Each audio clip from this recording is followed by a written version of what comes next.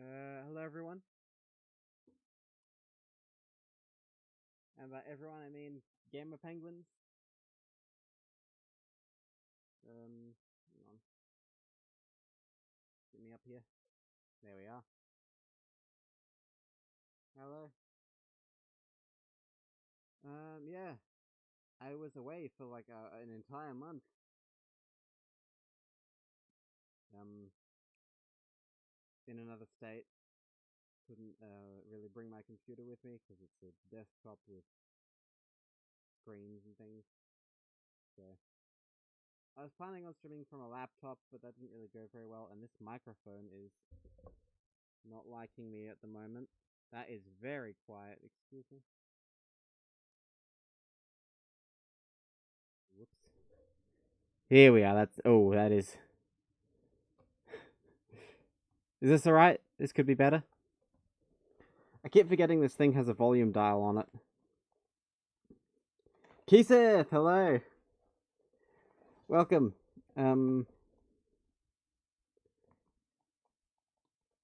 So yeah, I haven't really been up to much.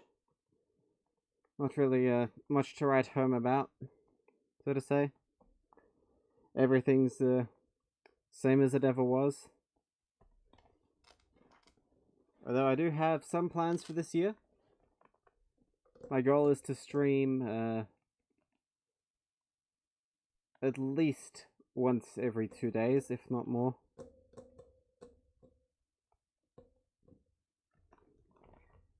And to go for longer, which I always say I'll go for longer, but yeah.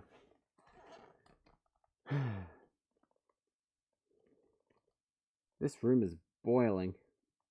Maybe that's just me. Anyways. Oh, I want to show you guys something. Penguins, if you ever play Long Drive again, I've got to do this for you. Look at that.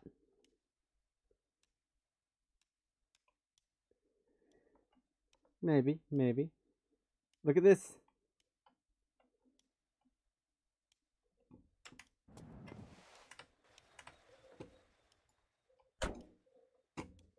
How cool is that? It's the correct word. At least for my part of the world. You see I have it set to Australian English, which is a custom language I made and installed. Keeseth says, let's switch places. Negative 11 degrees. And they do not like it. I didn't check what the temperature is here. Let me check.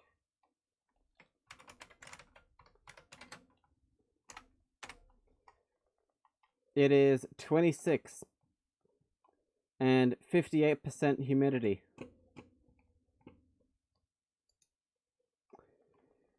That might be a part of the reason why I'm feeling a bit toasty at the moment. But, you know. My first stream back in like a month, and I couldn't just not show my face on camera.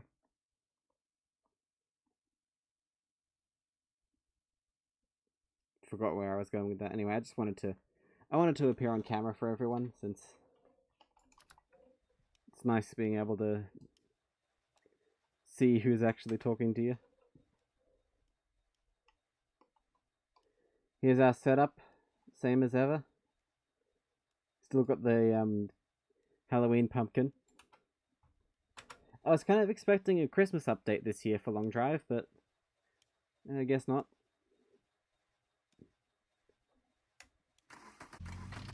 There is a lot of work being done on the game at the moment, I've heard. The entire terrain generation system is getting rewritten.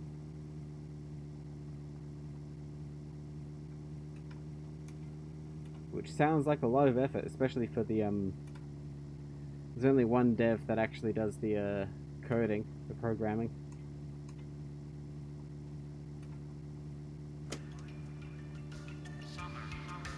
Ooh. This reminds me. I still owe you guys a whole bunch of hay bales. I have not forgotten, do not worry. I'll be doing those this week.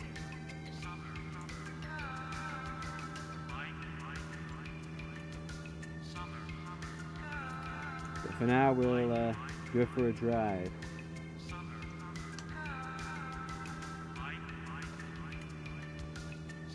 A nice long drive. Oh, sticky keys. Test these fat fingers.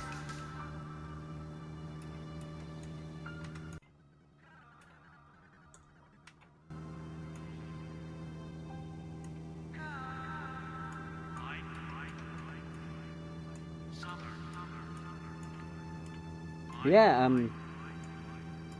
how is everyone's Christmas?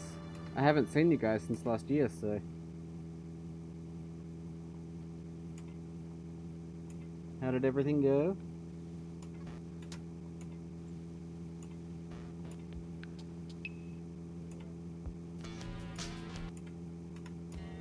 Radio was glitching out.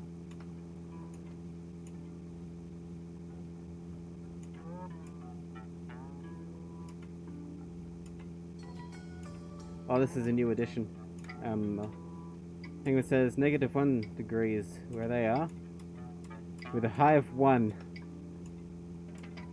And they'll be out collecting bins or recycling. At least it's not forecast to rain. Do they have the rubbish trucks with the grabby arm on them in the UK?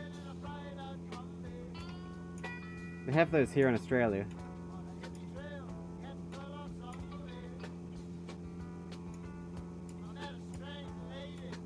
First Christmas with your girlfriend's family for you. Went well, no one kicked you out. That's always a good sign. Whoop. Rear load, but automatic once the bin is hooked in. Ah, interesting, interesting.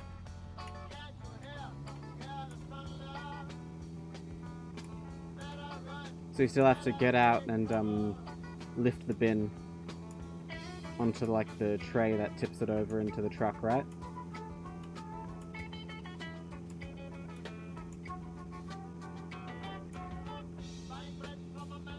I've seen like footage from the 50s of dustmen, as they used to be called, and they just lift the entire bin up and pour it in, and that must be one hell of an upper body workout.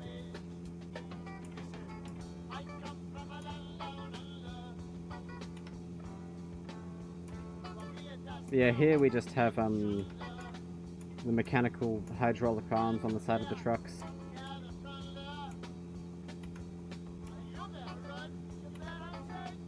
When it's recycling, you have to tip the boxes into the right section of the truck so you get the feeling. Nice. Yeah, here it's either the side ones or for like dumpsters in apartments like I live in. There's like claws or hooks that hook underneath the dumpsters and lift it over the front of the truck. Oh, that's... Guess we're not stopping there. The brakes did not agree.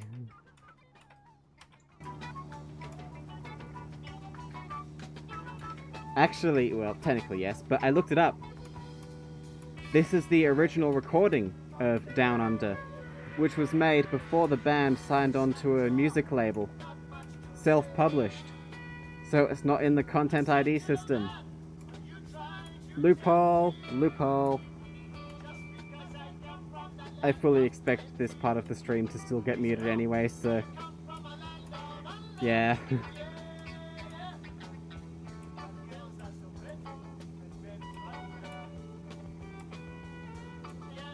Although on YouTube the uploads weren't taken down or claimed or anything, so who knows really.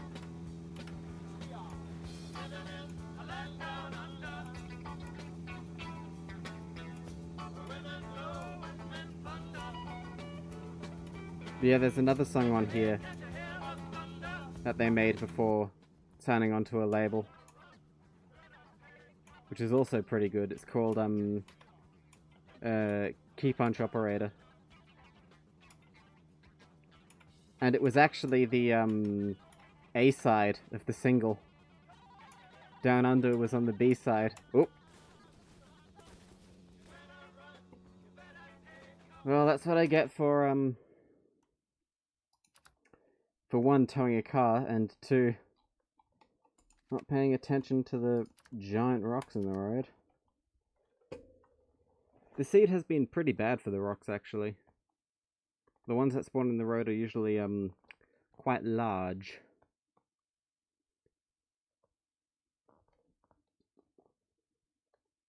I did actually get some cool stuff while I was away that I need to show you. I'll have to do that next stream.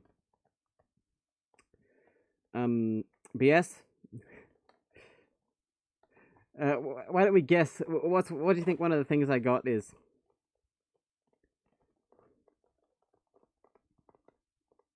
That's right. I got another iPhone 4.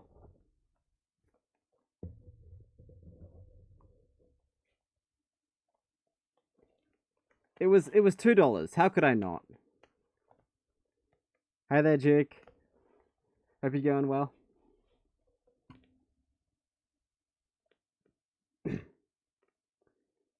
You were gonna guess another iPhone? Yeah. But I also got an iPhone 6 and an iPhone 6S Plus and an iPhone 3GS. So that's 4 iPhones total, but only one of them is an iPhone 4. Interestingly, the iPhone 3GS was in a 4 case, and it really didn't fit. It's kind of funny to see. Are these all going in the Fruit Ninja again? No. Something I learned from that is the iPhone 4 has far too much metal in it to properly blend into a smoothie.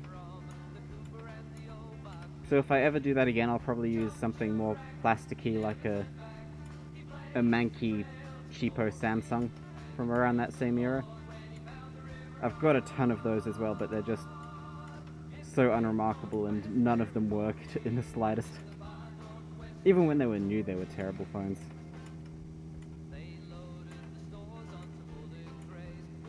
And I know because I used one for several years. A Galaxy J1.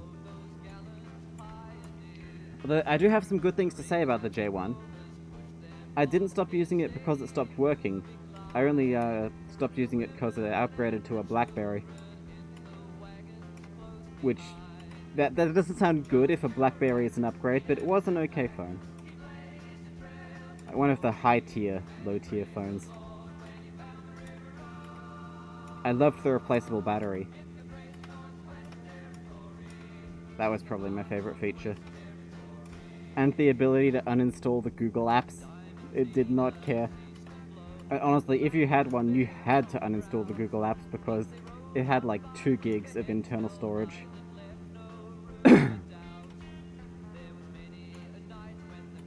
So I had to put an SD card in as well, a micro SD. Which I still use to this day on my BlackBerry, and it's I probably should back it up more often.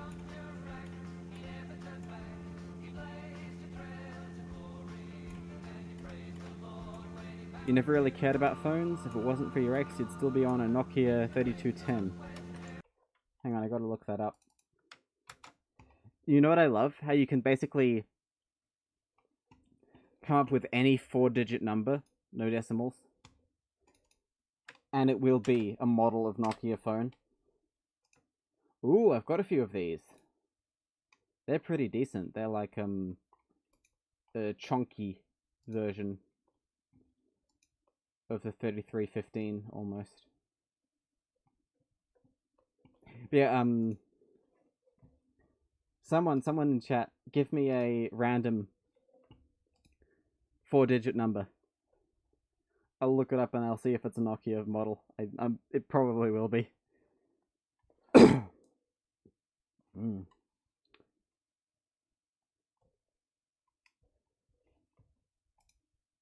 anything.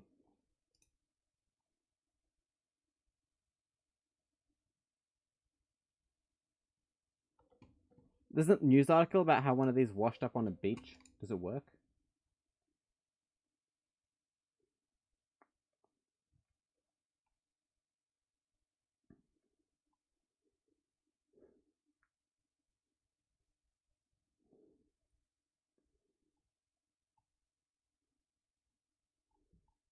It did not. I guess salt water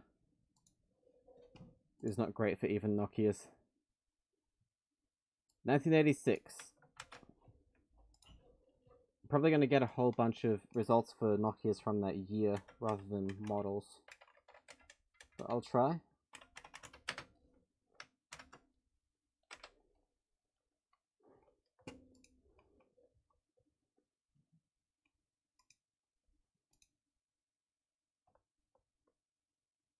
No. There are a whole bunch of Nokias from that year, but none with that model number. Penguin says they just got a Galaxy A54 smartphone before Christmas. And it's a nice phone.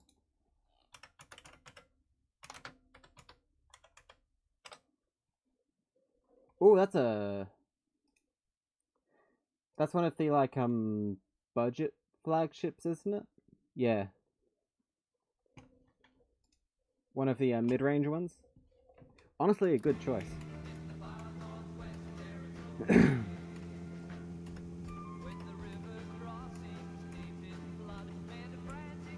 The Galaxy A series phones are decent. I've heard they are. I have good experiences with my Galaxy J1, but the BlackBerry was definitely an upgrade in some regards, but they both have their faults and flaws and good things. For example, the BlackBerry, you can run more apps like Discord and stuff, but it randomly crashes sometimes, as Blackberries do. And it doesn't have a removable battery, which is... yeah.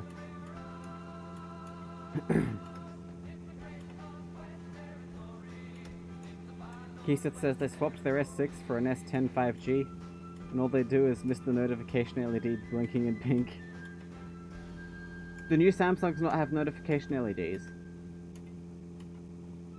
That's one of the things I loved about my J1, and I still love about the BlackBerry, because it has it too. It has a notification LED at the top, and depending on what app sent the notification, it'll blink a different color and a different speed. Why am I coughing so much? But yeah, Discord is purple. SMS is blue.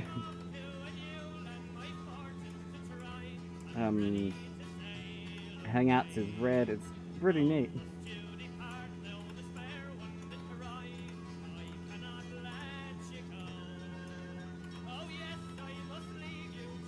Very fun. I like little features like that.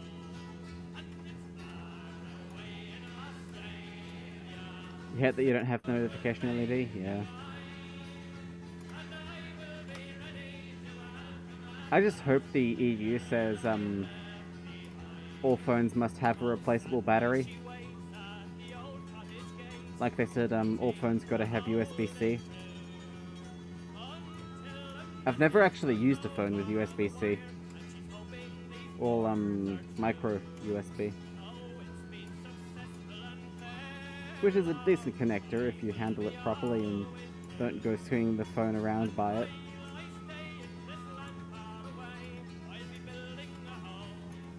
Penguin says they had the Google Pixel 6 before they got their upgrade. So they're slow right now. They're getting ready for work. Don't worry about it. My mum had a Pixel. At one point it might have been a Pixel 3. Then I think it got dropped in sink or something.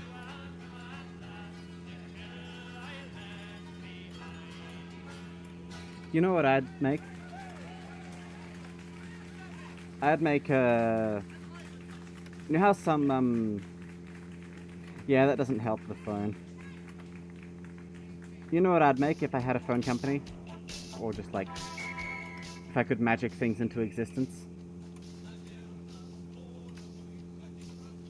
I'd make a modern smartphone that's an Apple Newton. Because I love the Apple Newton. The later models had really good handwriting recognition. And honestly, I can write on a Newton faster than I can type on some modern smartphones on the screen.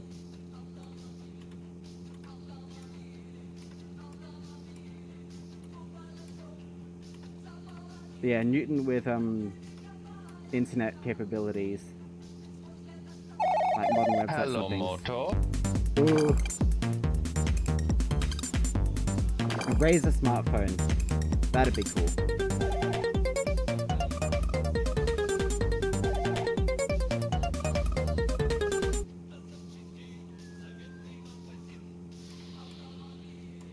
I think they made one of those with a folding display, no?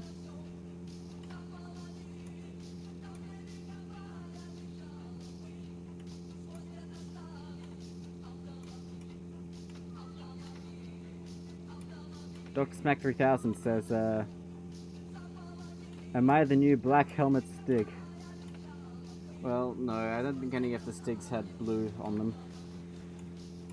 Or spoke language.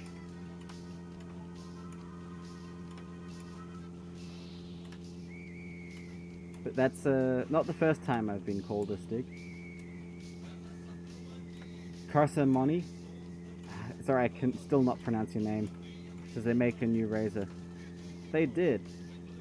I think they made several, but none of them had like the buttons. It was all touchscreen. Dr. Delvin!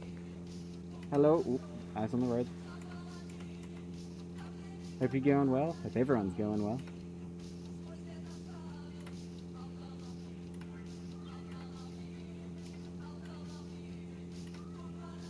Looks like we're on half a tank of fuel, but I've got a whole bunch more in the back. Yes! It did wear black. The Stigs have always sort of confused me as characters. Like, do I refer to them as a he or it? I guess the producers refer to them as he. Yes, it was black in color. And I don't know why they switched out for a white one. Oop. I know they changed like actors for the Stig, and that might have been why.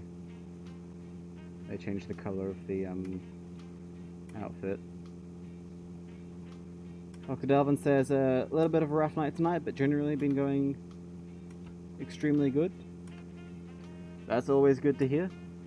Let's have some headlights.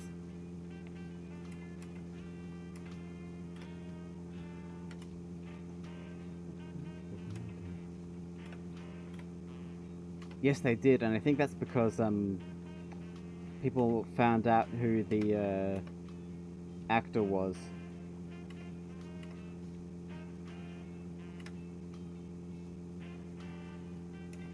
There was a second one that wore white, and then a one after that, which was technically a different Stig, but also wore white because the white look was iconic by then. It's really amazing how nobody cares about modern Top Gear. Did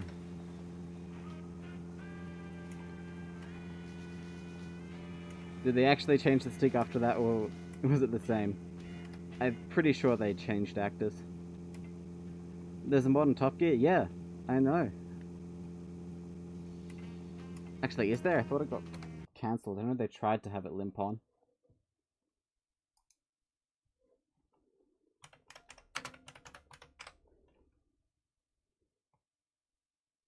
Wikipedia still says is, so I'm assuming it's still going. Australian Top Gear was a thing. It did not last long. And I have never seen a single episode. I don't think we even got our own Stig. If we did, I sincerely hope he was green and gold. Because that would be so funny.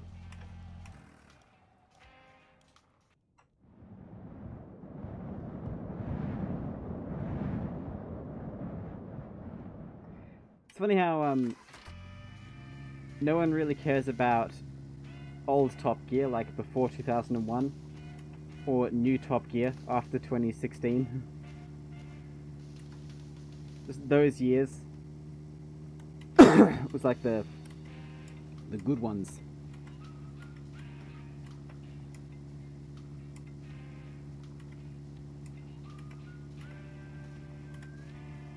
Australian Top Gear could be entertaining though. They've got Moog on board to restart it. Moog? Isn't Moog like a music company that makes synthesizers?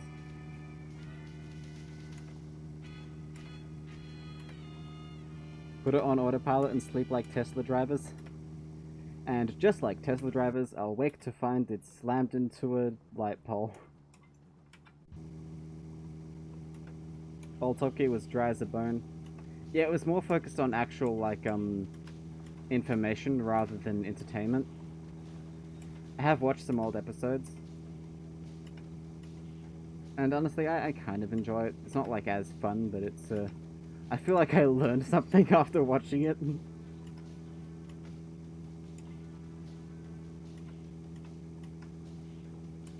One half of Mighty Car Mods, and a Muso, hence his nickname.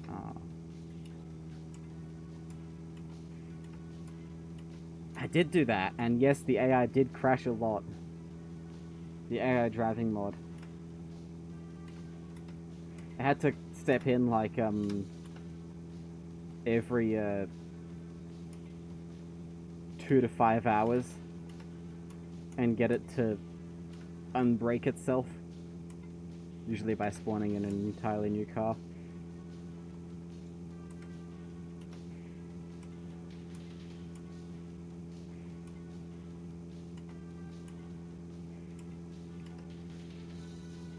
So it's actually at Mums these days. It's been an update or two since I last got there, but from what I hear, it's still just either nothing or a ramp that may spawn accidentally. Either the road just ends, or the road ends in a ramp on certain seeds. The first time I got to the end, it was a ramp seed, and I flew right off it.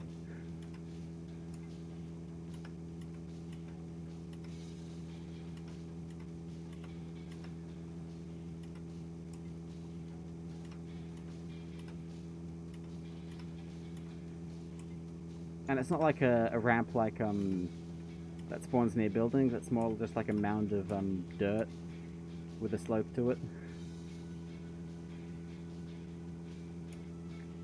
Yeah. Potential endings for this game is one of my favorite things to talk about.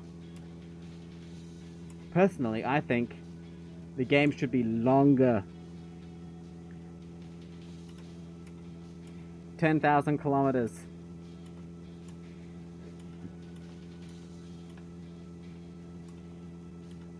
$5,000 is just too easy nowadays.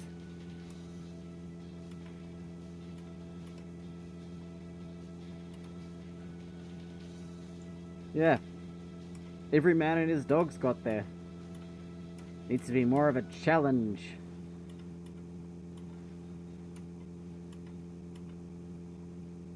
I spent a lot of time at the ramp before I drove all the way back. Yes, I did.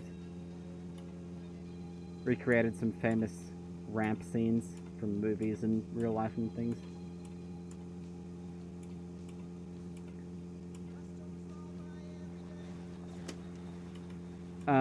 I personally think... Well, I can't really say how this game should end since I'm not a developer or anything, but I think it would work well if it ended at a beach with a boat, and that sends it up like basically the road just goes onto a jetty or a pier, and at the end of it there's a boat that you can drive onto, and then you can that's the end of the game. But sequel game, the Long Sail, where you can sail a boat.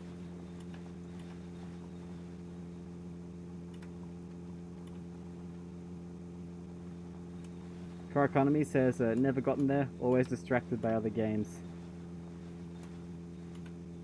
Want more of a challenge? Do the 10k in Satsuma achievement then. Yeah, maybe I will do that one day. Although you end up just driving in a circle around the highway, so it gets a bit old. Different terrain would be nice. And that's what I'm hoping will come out of the next update, since they're redoing the terrain generation.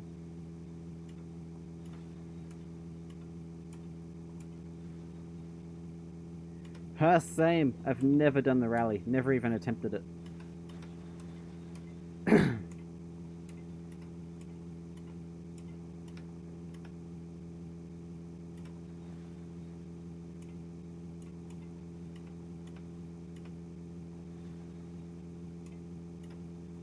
Something I really don't want to see in this game is NPCs. Like, the zombie things are bad enough, but having things talk to you just kind of takes the loneliness away, in my mind. So I don't want there to be like a shop or anything where you can buy stuff for gold you collected along the way, because then it just comes like yet another survival game. It's unique the way it is. Loneliness or solitude? Both, I guess. I don't know the difference. I always use the words interchangeably. I guess solitude is less like sad, like you're less bothered by it.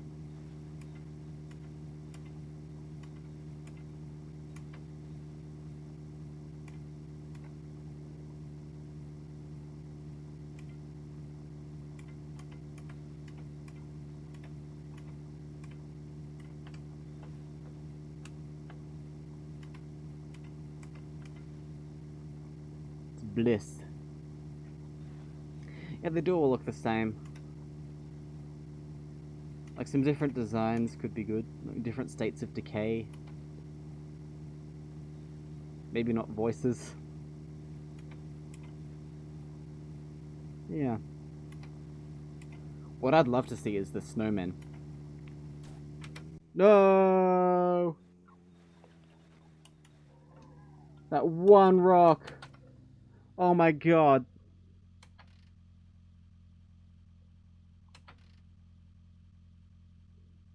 That one tiny rock.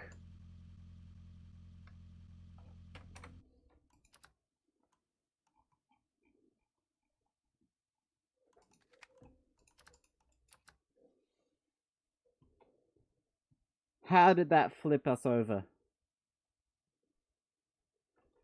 Well...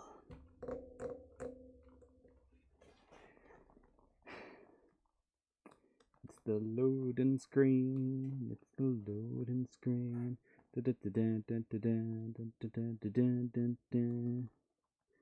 the loading screen. It's the loading screen. I can't believe this stream is just the loading screen.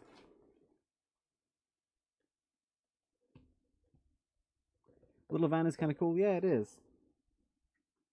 Very fun. Let's go back to the lava lamps for now. I think you've had enough of staring at my face.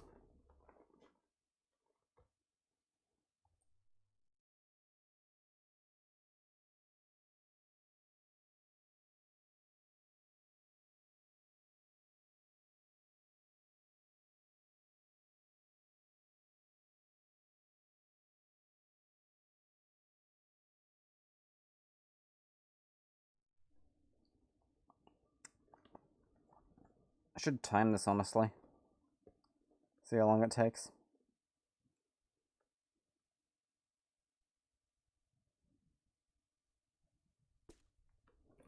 Oh, not as bad as I expected. Do all Australians hang their sausage from the rearview mirror? No. It's not really like a thing specific to Australians. Anyone can do it.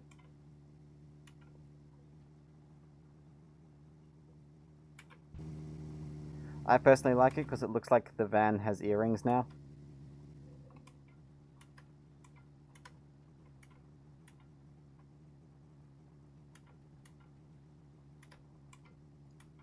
That is not a feature in this game, although this would work if it were.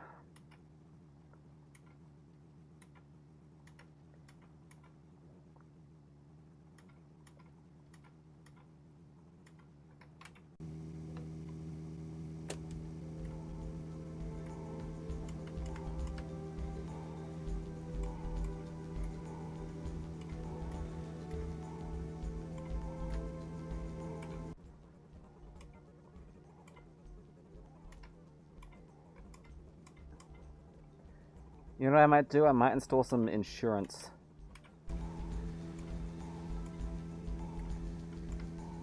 Yep, the Windows XP installation music. No, no, no, not the rabbit.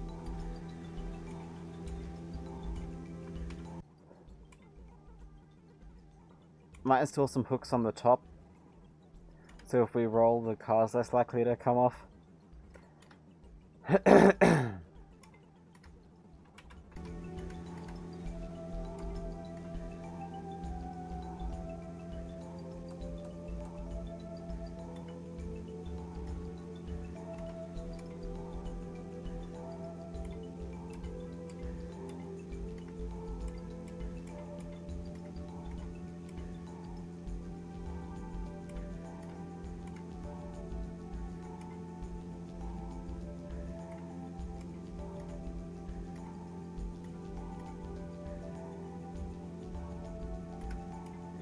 That Windows XP out-of-box experience video plays one time during install and then takes up 28 megabytes of space forever. Yeah. Although the music does play during the tour as well, if you opt to take the Windows XP tour, which shows the operating system features and stuff.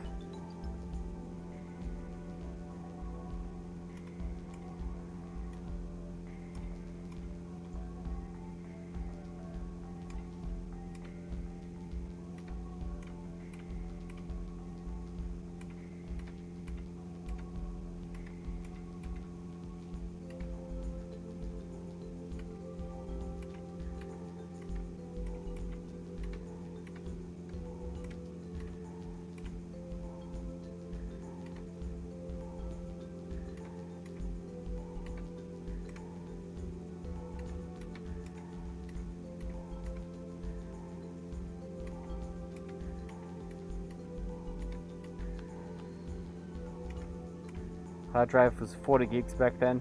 Every megabyte was important. Right now I have a computer that has a 4 gigabyte hard drive. It's running Windows 2000. The audio drivers take up 1/4 of the disk space. That's more space than the operating system takes up.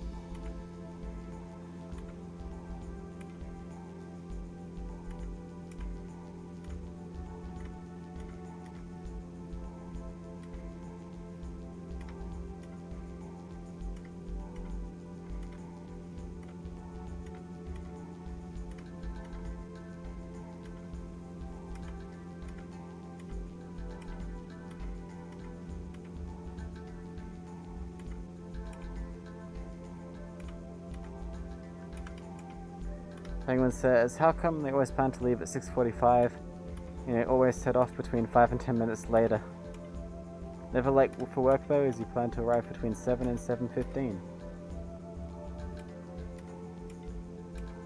I think you've just subconsciously calculated how much time you need to take and how much time you can spend at home.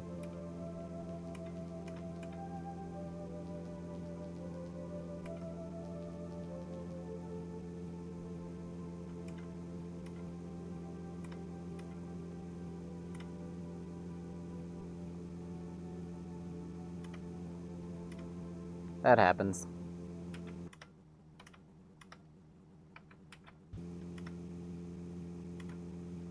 I how this thing's going at max revs.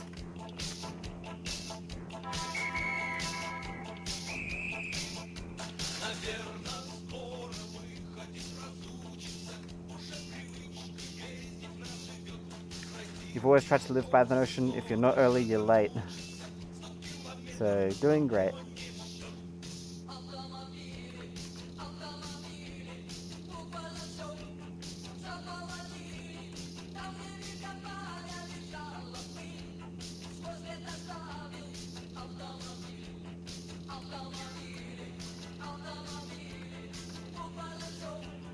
Oh my god.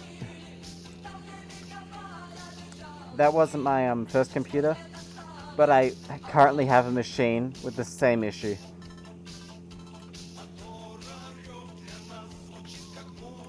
I have a compact Presario CDS something or other.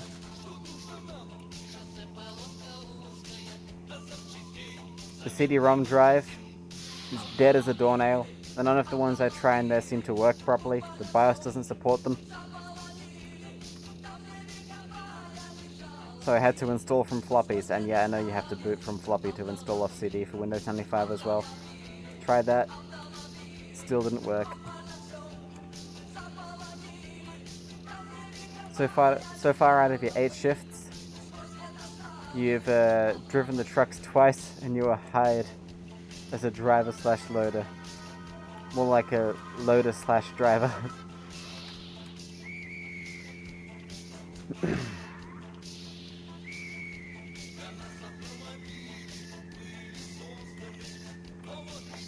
Yes, I did.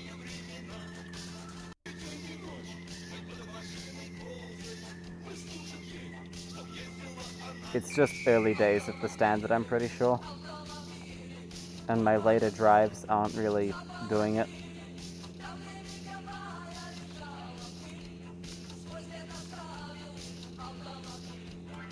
One of them was a DVD-ROM as well. CD and DVD-ROM, not writable on either, but I fully expected that one to not work, and it didn't.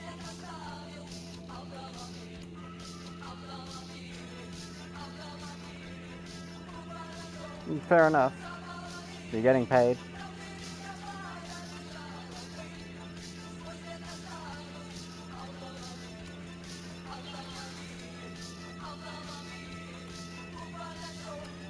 Seems good enough.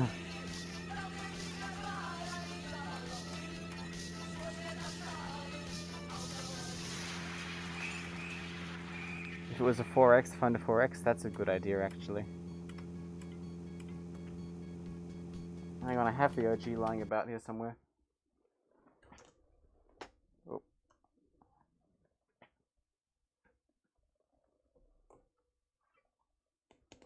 Within arm's reach. Alright, see you later, penguins.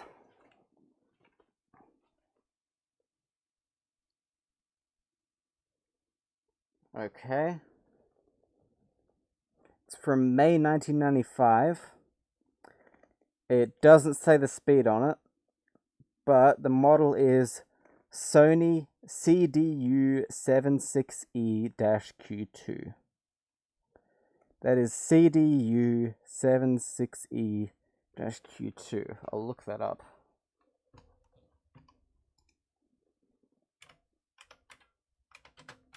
CDU-76E-Q2.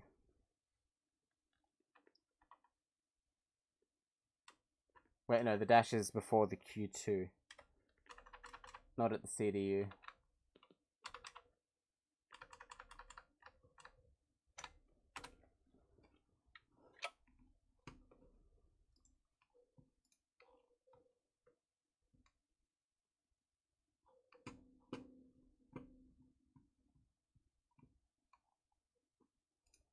Yeah.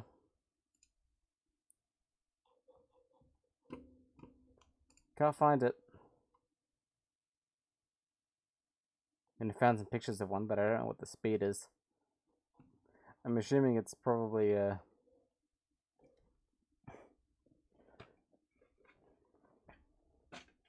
Not that fast.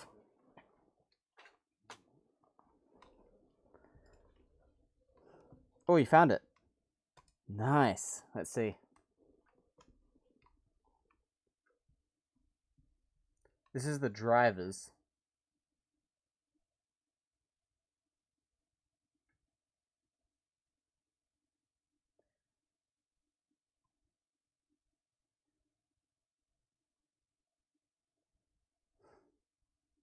This looks very virusy.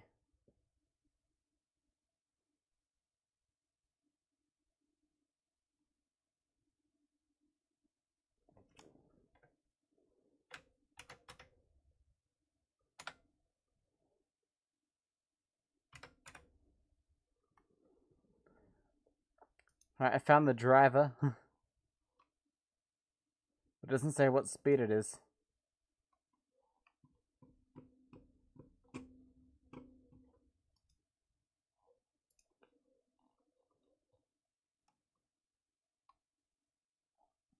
You can check the cart there for compatible ones. Ah, yes. Probably. If it doesn't say the speed, then it's probably 1.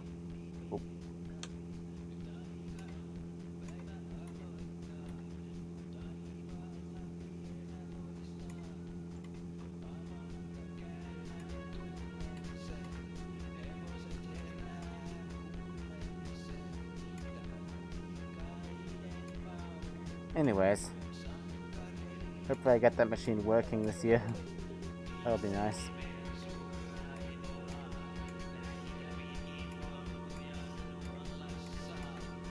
Took an hour to burn a CD.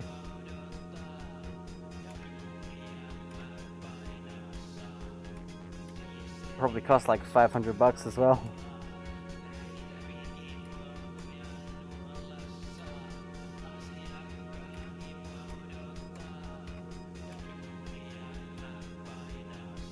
Totally worth it for the piracy though.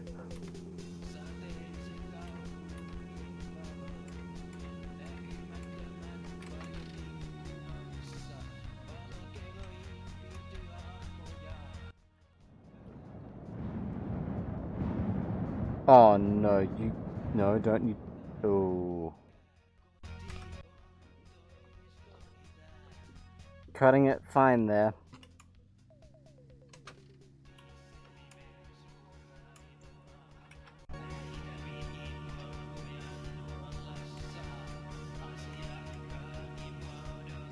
Came in your HP computer, Pentium 3, and you could buy a pack for... You could buy a pack of 50 blank CDs for $50. Yeah, $1 a CD. Just make sure you get it right.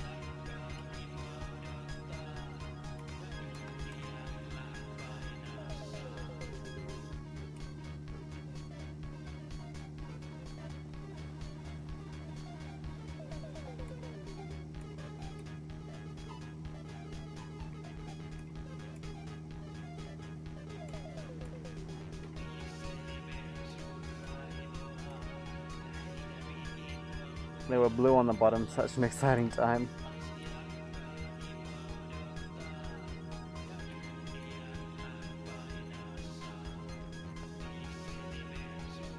You know, this game can fit on a CD.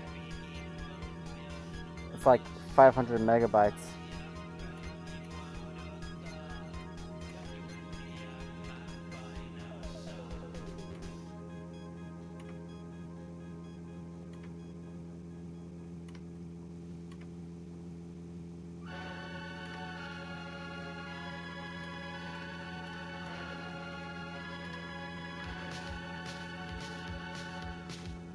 Wow, blue CDs.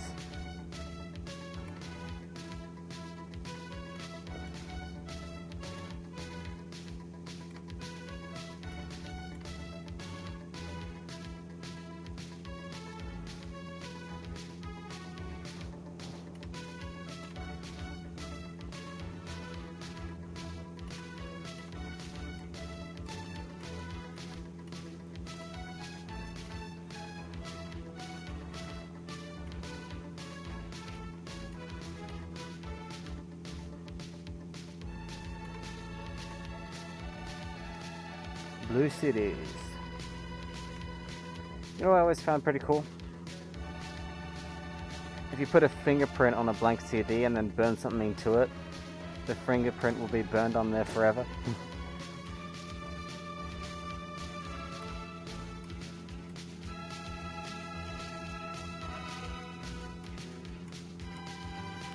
It's like 500 megabytes, yeah. Pretty decent.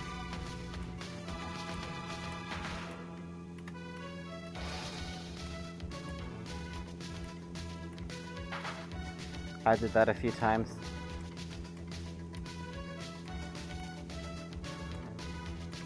More recently than I'd care to admit.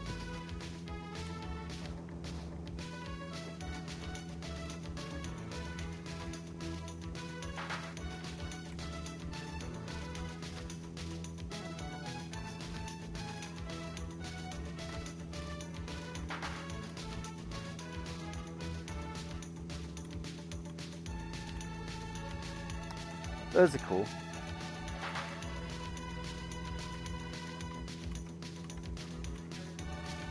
Inkjet CDs are nice as well. The inkjet printers suck.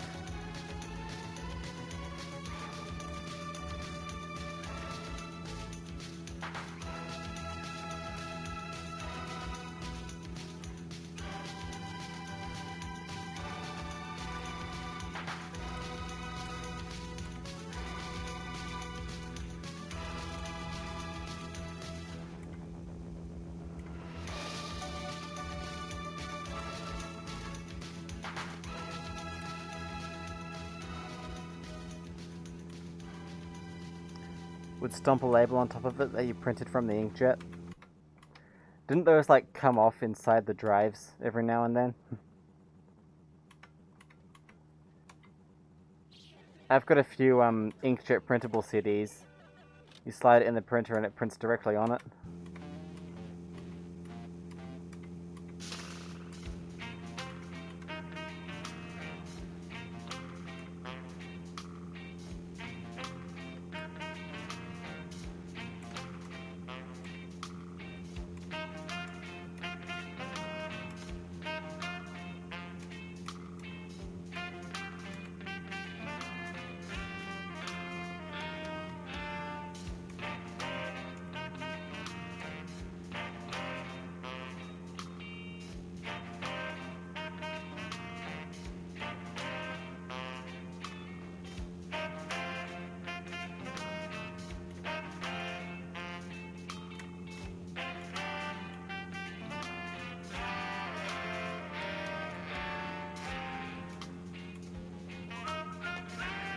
Never had that problem, but you could imagine it might, yeah. You didn't stamp it down well enough.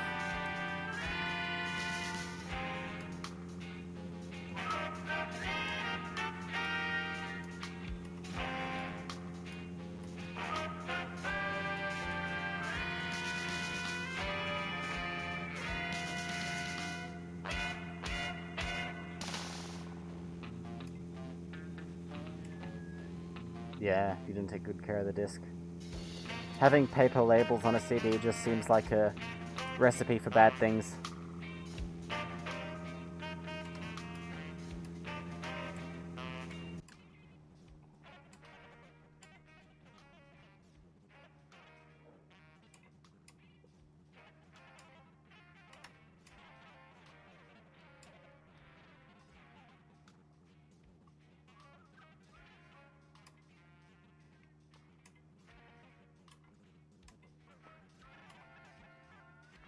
Yeah.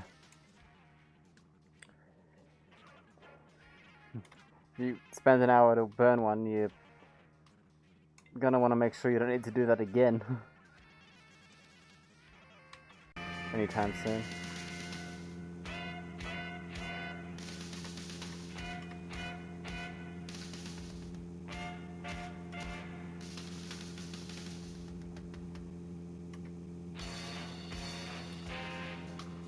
One good computer that the whole family shared.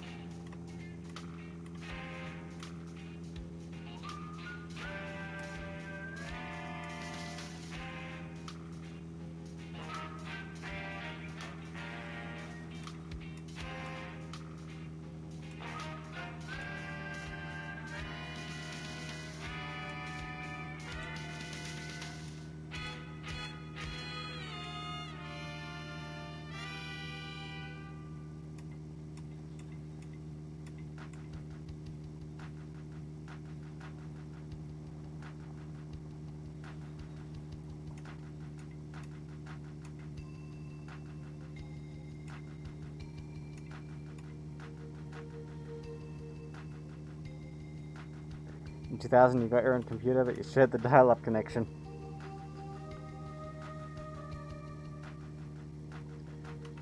Modem fight on the phone line.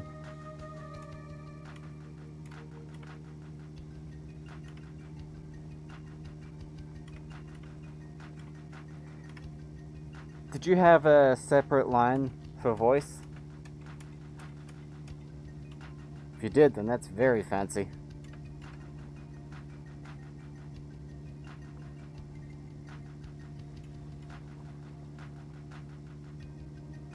One phone line total. Ooh.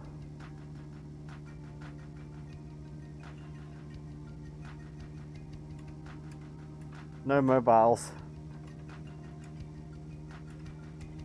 No mobiles in 2000?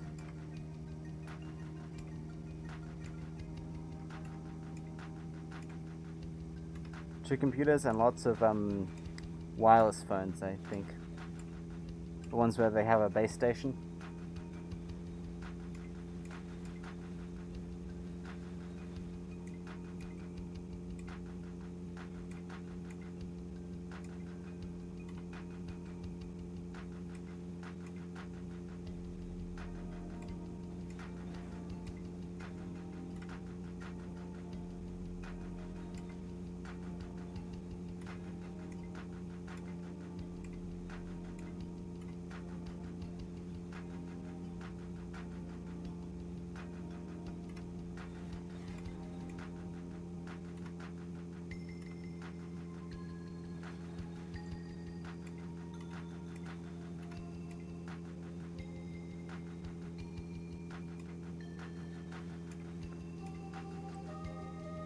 You've got cell towers and affordable phones in 2004.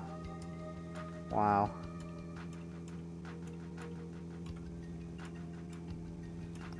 So you would fight over the dial-up and try to knock each other's computer off by blowing in their phone. Couldn't you just pick up the phone and then hang it up and close the connection?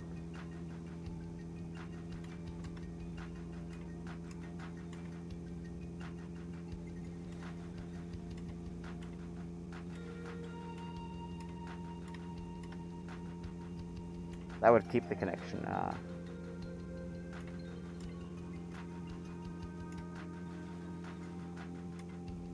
Things were hard to knock off.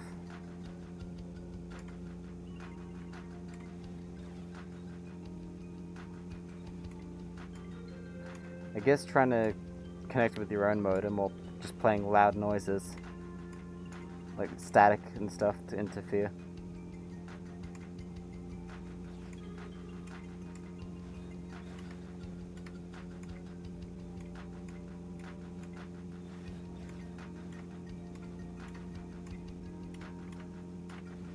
You could tape the sound your own modem made when disconnecting, like the disconnect signal. Tape that onto an answering machine, and then play it back down the phone line.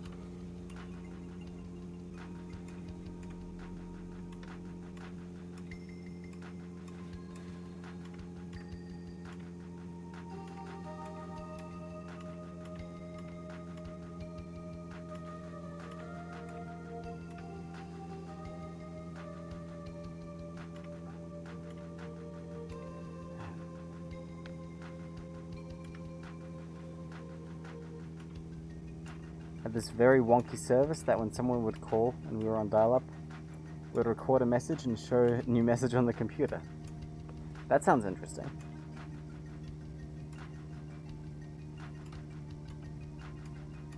Very convoluted. And probably prone to not working.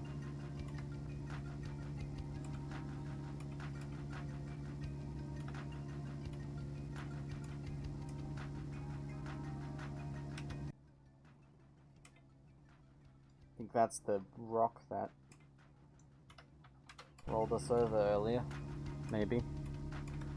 Alright, one sec. I'm gonna take a quick break since I've been streaming for an hour.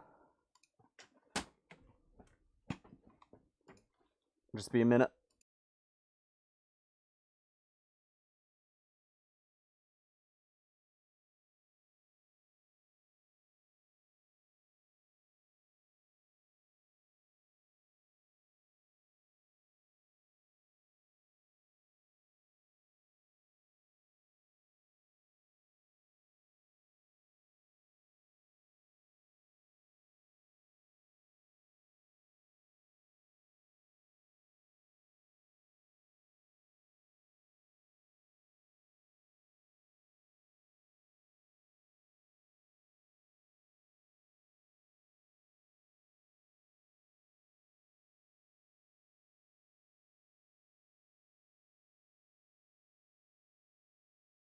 Right, I'm back. Sorry about that. Oop.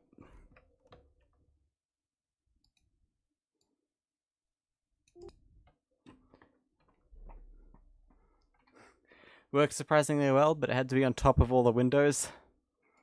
And displayed ads even though you paid for it. That is scummy. I don't like that. There's not much I hate more than online advertising.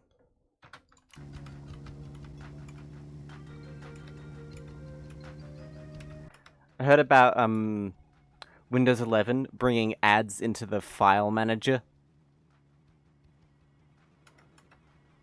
And I'm like, nope. In 2025, I'm getting Linux. Until then, Windows 10 for me.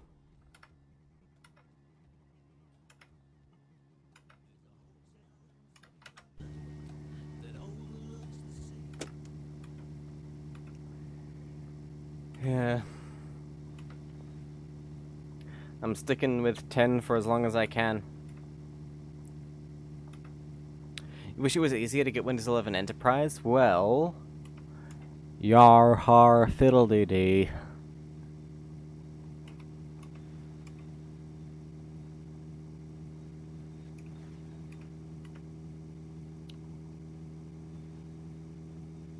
I've used Windows 11 like once.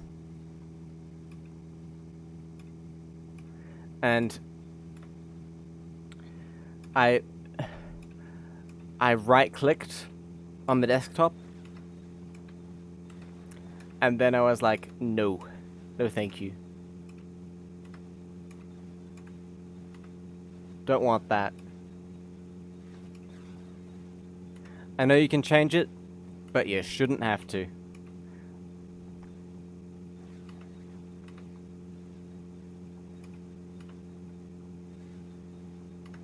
It's one step above Mac OS, which doesn't even have right-click unless you turn it on.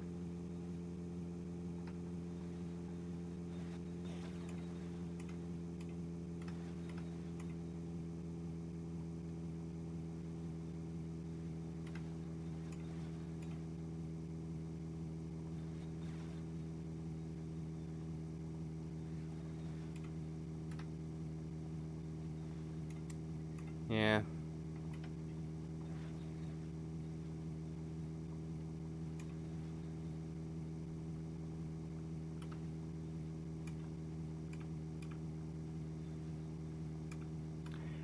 And guess what? When a light comes on the dashboard, no one will know what it means unless they know stuff about cars. I had someone in my apartment complex asked me, what does the genie lamp mean?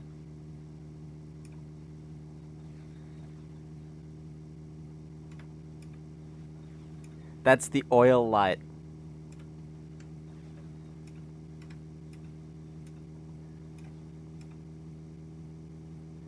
Sometimes known as the too late light.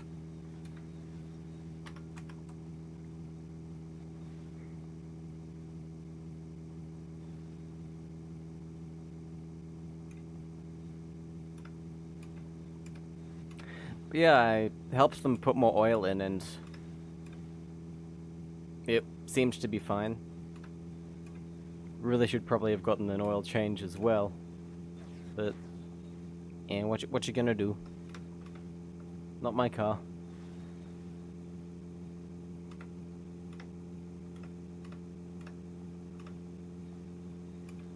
Ex-girlfriend had a Prius that leaked oil like crazy.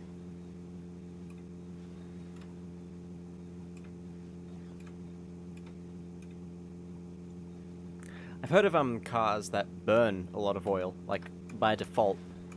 Not two-strokes, just regular cars. Well, engines. That burn lots of oil just while running. and you'd go to a petrol station, and you'd check the petrol tank, and you'd fill it up with oil.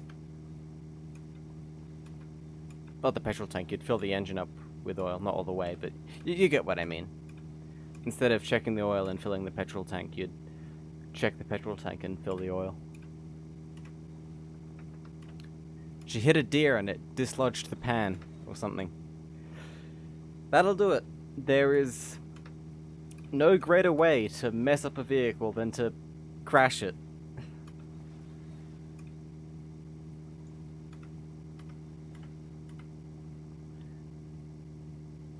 Recently on YouTube, this is semi-related. Ooh, we have a raid. I'll continue this train of thought in a minute, but thank you, raiders. Welcome to the stream. Hello, everybody. Sturdy Bread, thank you so much for the raid. Good to have you here. Evil Flowers, Miata Dog. Hang on, let's give a shout out here real quick.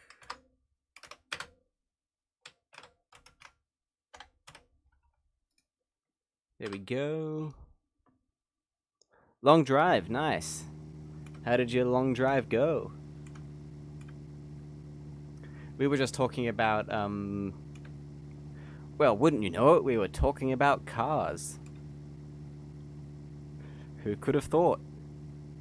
It's going.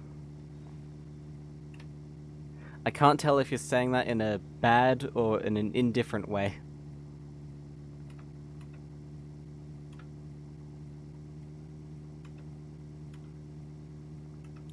It's going well here. We've reloaded twice and lost our progress because this car keeps falling off on the back.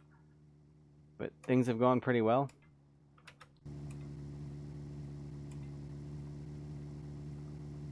We're talking about cars that,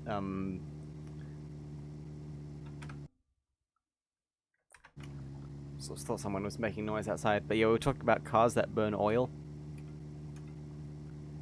Not two-stroke ones, but regular cars that burn a lot of oil. Oh, I'll show off this invention in a minute in the daytime, but it involves severed hands, everyone's favorite long drive item. It's about to bring up the Daihatsu Fellow Max, which is a tiny little Japanese K car from the 70s. That's two-stroke, but you don't put the oil in the fuel tank. You fill up a special oil tank underneath the bonnet, and it automatically mixes it in as the fuel comes through, which I thought is so neat. Nice to see me again. It's nice to see you again. And it's nice to see Sturdy Bread and these other new people here too. Should probably have a quick sleep.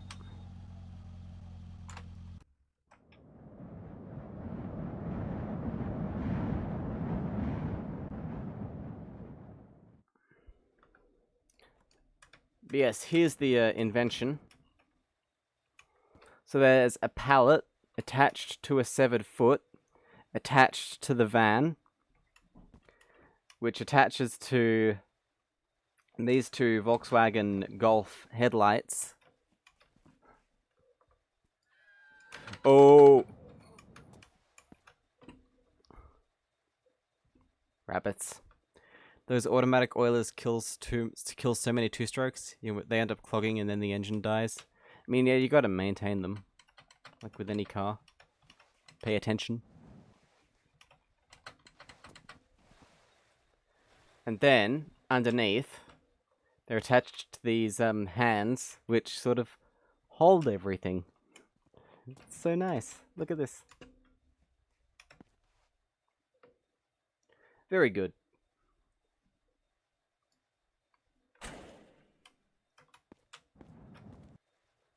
We've got a whole bunch of spare stuff in here. And a pumpkin. In the van itself, we've got a pallet full of Commodore 64s, a television set, metal detector, shovel, some more fuel tanks. Pumpkin for HOV lane.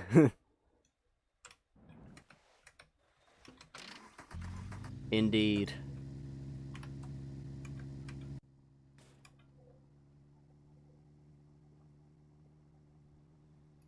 These pumpkins only spawn at Halloween. And every time it's Halloween, I make sure to pick one up on whatever save I'm on.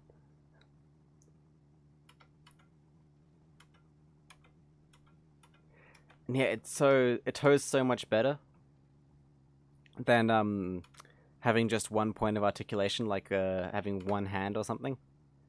And of course, holding things with two hands always makes them more stable. The mathematics checks out.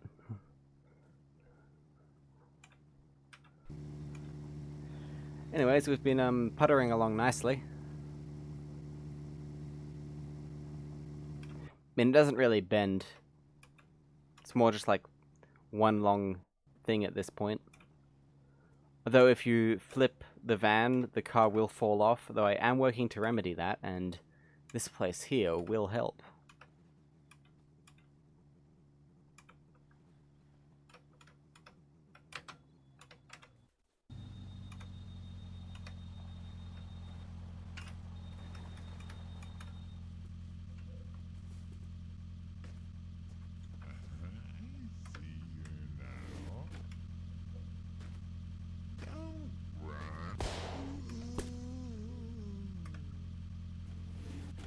All good. Alright, we've got 3 cars here, but they're not what we're interested in. Though we'll read the number plates out for fun. How many cars? I'm not sure what the upper limit is. Oh, another zombie emote. Oh, I have my own. Hang on, let me share it with you. It's kind of a shocked expression.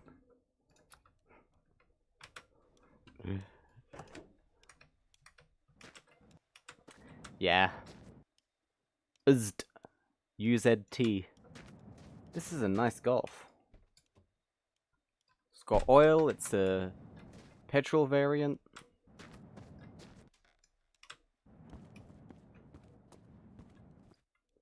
There's a coffin in the dumpster.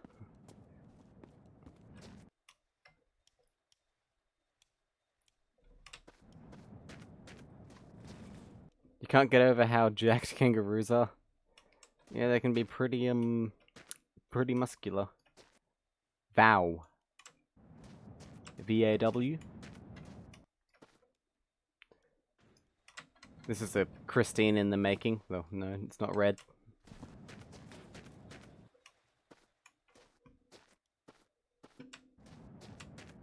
And I believe there's a larder.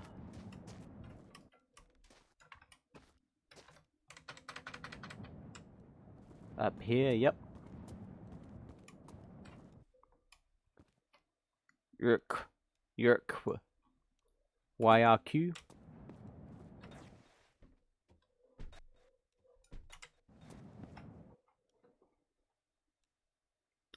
I have not personally. Where are they hiding the protein powder? In the pouch? Only female kangaroos have pouches, I believe. Oh, thank you for the follow, Sturdy Bread.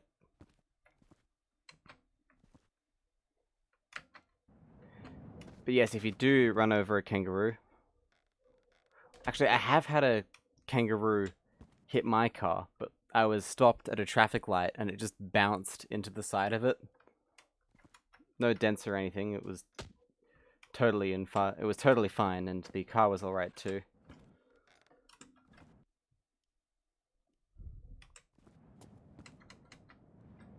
What was I trying to find? Oh yes, these things.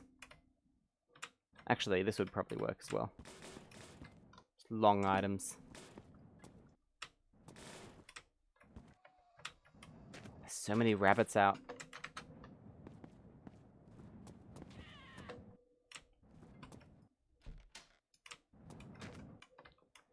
Technically, they're tripedal if you count the tail.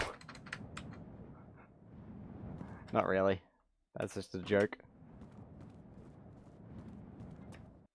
You had a deer run into the driver's side door of your car at speed and blow snot all over the window. I'd probably do the same in that situation. Carl! Hello, my good friend. Let me give you a shout out real quick.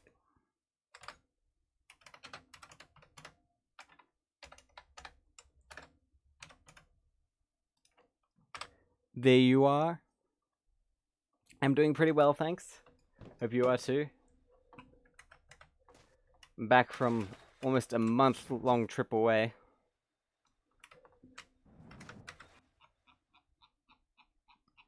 And it's good to be streaming again and seeing everybody. Now, is there any... There's a buried soccer ball over there.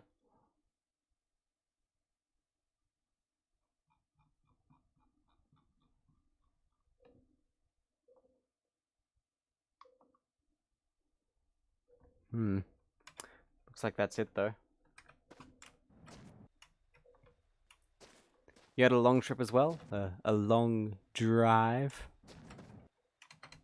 Luckily, the door and window still worked. Never fixed the dents. Adds character. Can always put like a Wile E. Coyote sticker on the dent.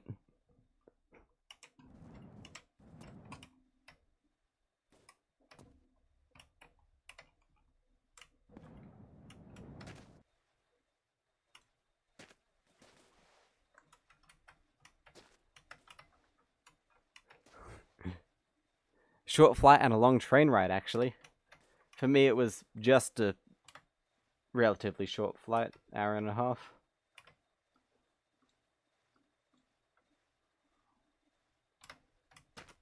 Visiting family members for Christmas and the New Year. It's always nice. Which side is this? There we are.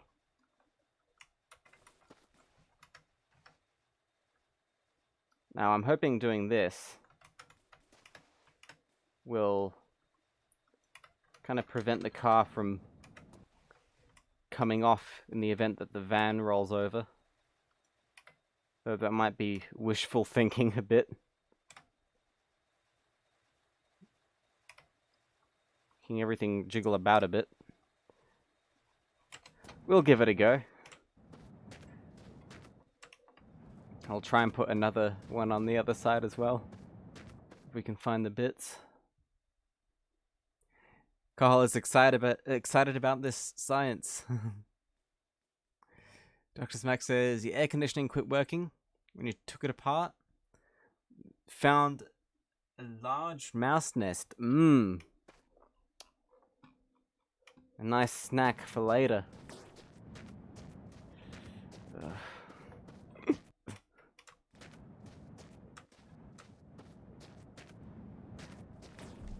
What car do you have, by the way? And did you get it new or used?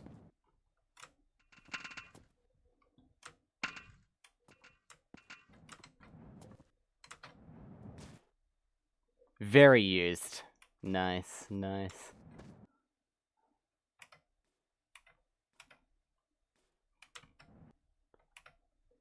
Suburban, ah. I don't think we got those here. Or if they did, I never really saw them.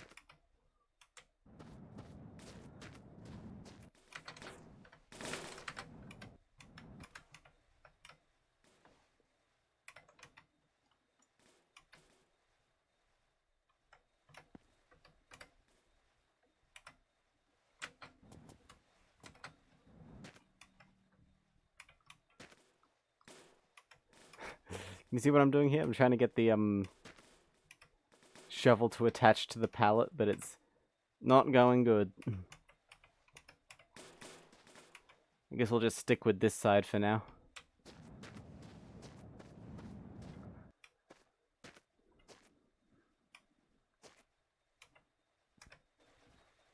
They're enormous and drink lots of fuel. Fuel is cheap, so no matter. Drinks oil as well.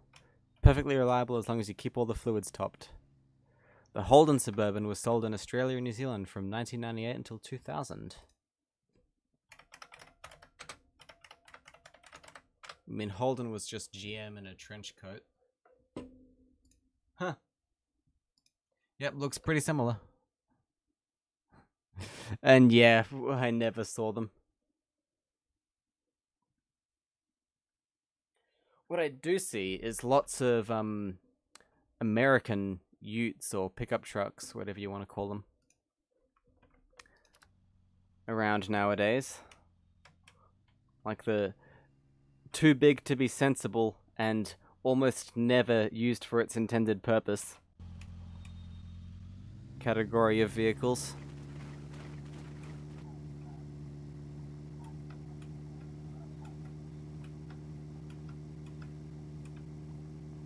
I'm really not a huge fan of big cars.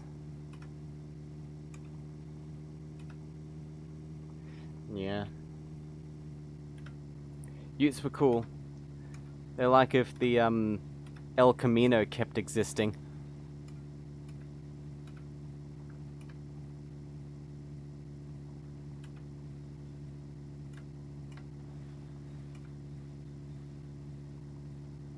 In the US, they're really popular with people who want some sort of status symbol but will never be able to afford a house.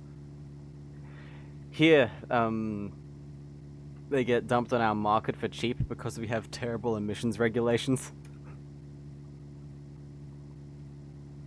And people buy them because they count as work vehicles and then qualify for a tax credit. Which is a bit of a problem.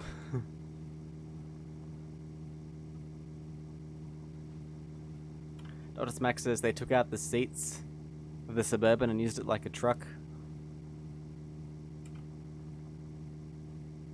$2,500 house is off the table, but $5,000 truck isn't. Yeah, man, I wish houses were $2,500 here. I mean, I'm sure you could find some, but yeah, prices are definitely going up for real estate.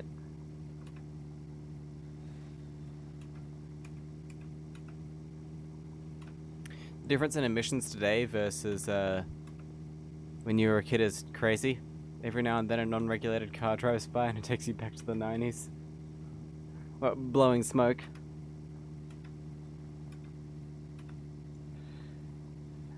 Just kidding.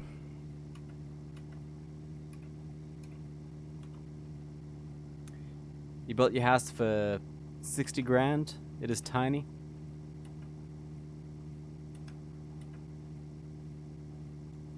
Traffic used to just stink like unburned hydrocarbons all the time. Yep, smog.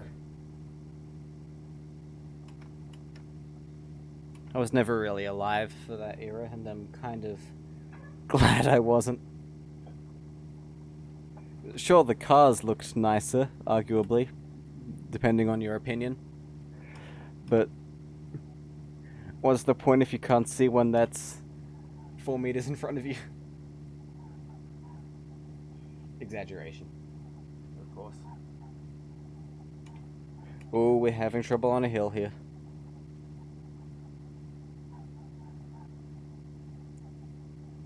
Otis Mac says, traffic here stinks. People straight pipe their cars for fun. No catalytic converters.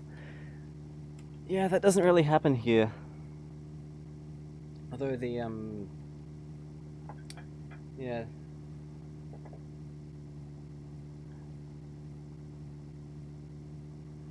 Oh yeah, cash for clunkers. I've heard of that.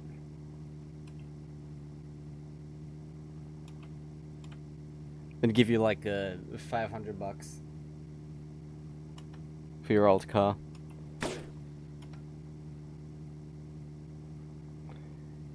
They had that in the UK too, the scrappage scheme, and they probably had something similar here in Australia. But if you go on like Facebook Marketplace, there is still a ton of old cars, like even dating back to the 50s, available. Like specifically British ones here in Australia. There's a lot of old British cars, and they're usually the cheapest. Like you can get a 55 Morris Minor for less than $10,000. Sometimes even less than $5,000. Dr. Max says after they bought their Suburban, it hailed on it, kept the insurance money, and never fixed the dents. Paid for half the car. Here there was really extreme hail, like 4 years back. No, 5 at this point. And to this day, I mean, it has hardly hailed since, but to this day,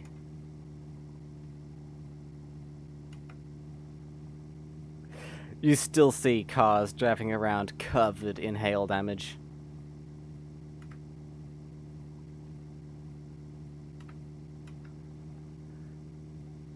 Old muscle cars used to be cheap as hell, like ones that run too. Get some old Camaro for as much as a sensible commuter car that was like 10 years ago. Like 5,000 to 7,000 at car shows even. Oh, sorry, ads. But yeah, I should do a live stream where I just go through Australian used car ads. You know what? In half an hour's time, we'll do that. We'll switch to just chatting, and I'll bring up Facebook Marketplace or Gumtree. I'll bring up Gumtree. Gumtree's where the real creme de la creme is. We'll take a stroll through the best that there is to offer. Gumtree is like an alternative to Facebook Marketplace in Australia. It's kind of dying out. It's sort of like Craigslist, except it's got its own app and everything, and it doesn't look like a website from the 90s. I kind of wish it does, because their modern website interface is really kind of bloated and laggy. Welcome back, D. Cohen. I was just saying I might do a stream. In fact, I will do a stream. In fact, I will do later in this stream. I'll have a look at Australian used car ads. RTX the Mad has named the vehicle Quasimodo. That reminds me of a story. My family, when I was younger, had a Toshiba Quasimo laptop, and I always called it Quasimodo. Because I could not pronounce Quasimo, but I could pronounce Quasimodo, so I just said Quasimodo, and that has continued to this day. And I still have that laptop. Whoa.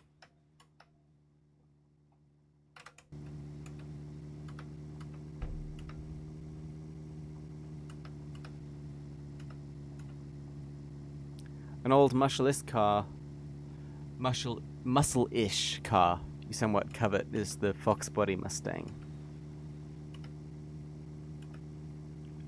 Yes, Toshiba has stopped making laptops.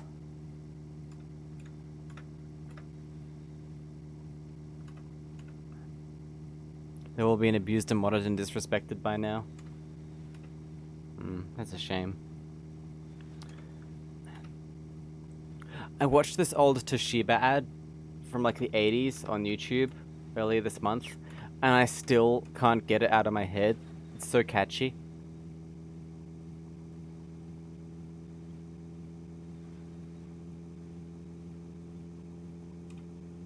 Not gonna recite it here because I'm terrible at singing, but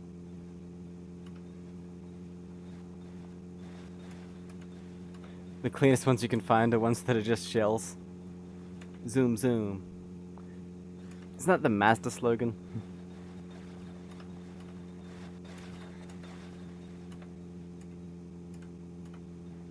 That reminds me of another ad, a Mazda ad. For the 323. It's almost like an American AE86.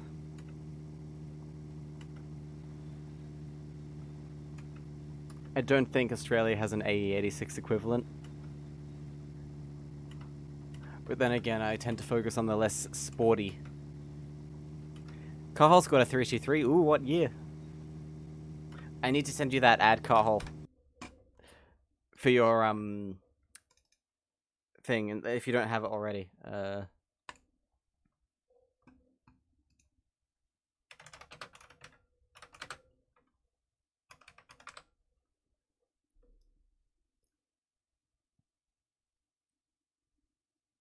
Okay, this is probably it. Hey, Master 323, you sure have proved a lot to me. Hey, Master 323, you sure have proved a lot to me. That's Master. Hang on, you can't see the video. There's the link though. And that is a very, very catchy song.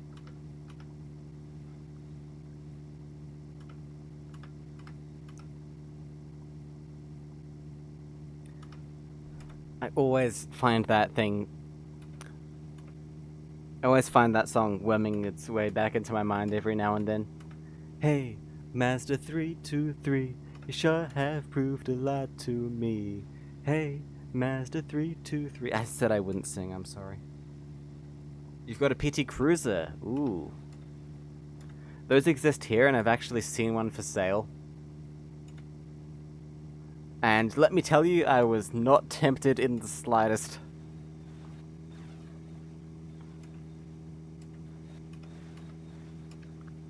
Although, December last year, I almost bought a Renault 12 station wagon. Sorely tempted, but it was on the other side of the country and I didn't trust it to drive it back, but... Carl says, thank you so much for that, no worries.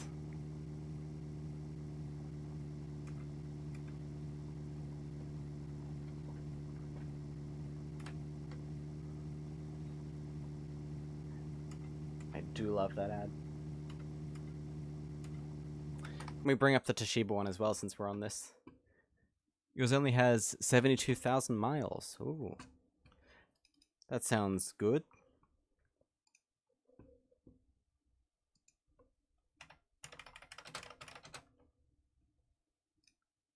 This one's British, so be warned.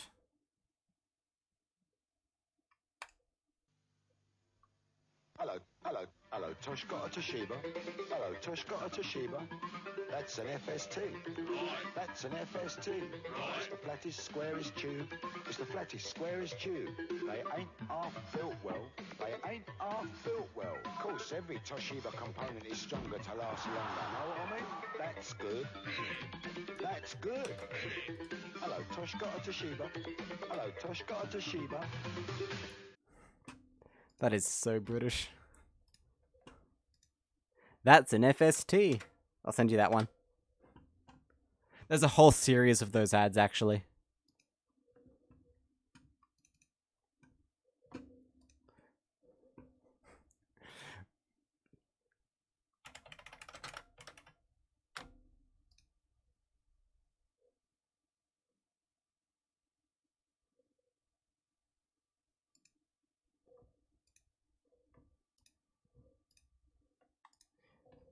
And it really got good when they started dissing other TV manufacturers.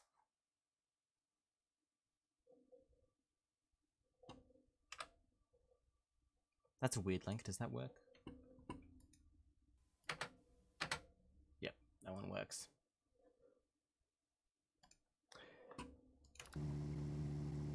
Tube.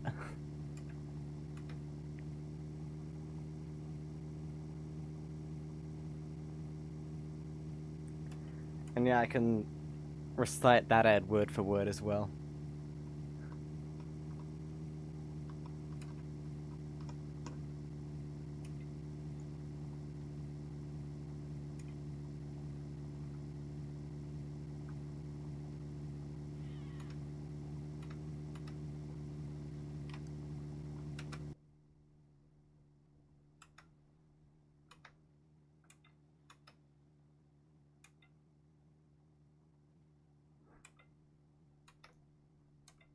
C-3PO? Yes, it kind of looks like that.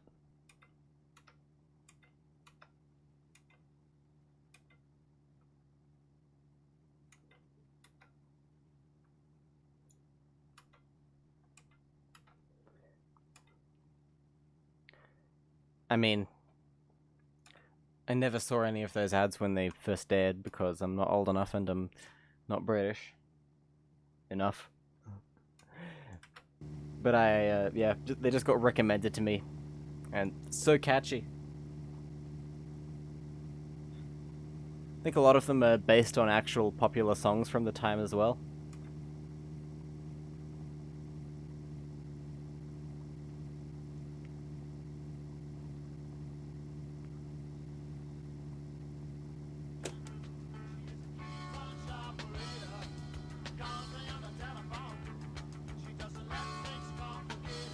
Oh, here's that one. The song I was talking about earlier. This is one of the 2 songs that Men at Work made before signing onto an album, onto a record label, I mean. Which means I can play them on Twitch without consequence.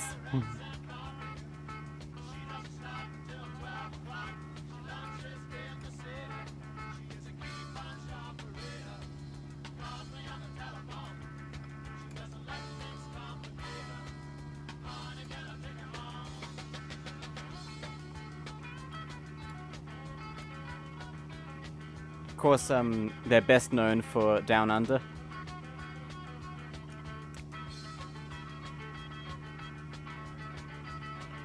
And the first recording of that song, the first version, is the other song that I can play.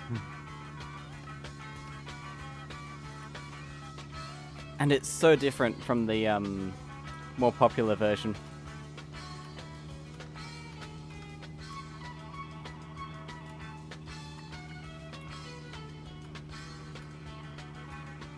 That Turkey is Taken says they should not be awake, but good morning. Good morning, Turkey.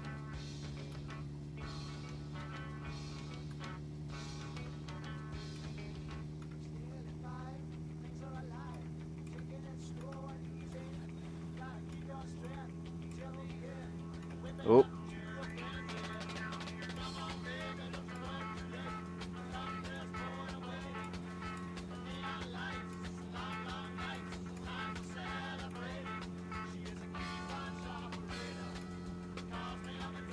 No. In fact, Australia has one of the lowest uptake in EVs.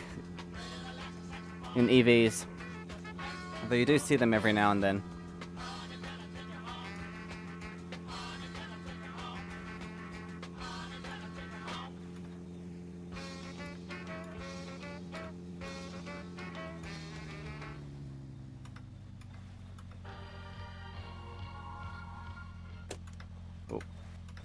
Didn't mean to turn that all the way off.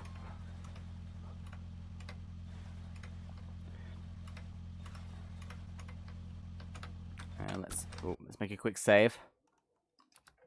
Fun fact about this game, saving removes all momentum when you load it. So if you're about to crash into a pole, press escape, save the game, and load it up again, and you'll be fine. I mean, yeah, at the moment electric cars are more city things, like commuter things, when you can charge them at home, drive to work, and then, yeah, drive back on a single charge.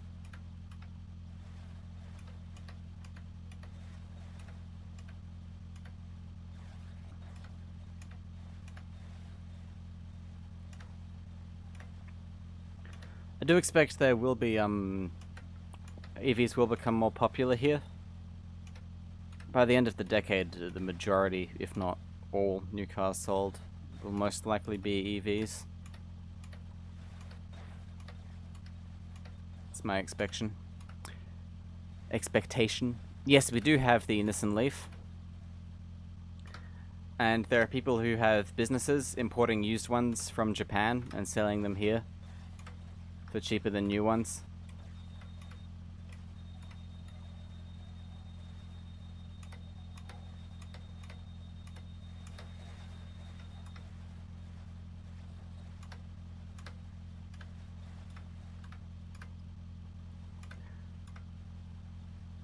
A lot of people say things about EVs like, oh, they don't pay for the roads since they're not paying fuel tax. But in this country, the fuel tax hasn't directly funded the roads since the 50s, so it's not much of an issue.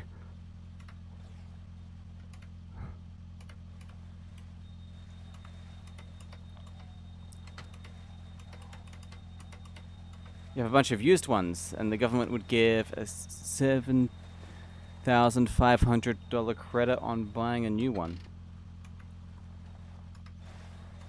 Not bad. Here there are no such incentives really that I know of.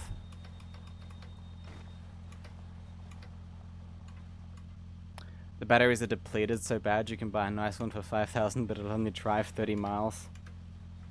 I mean, yeah, that's all some people need.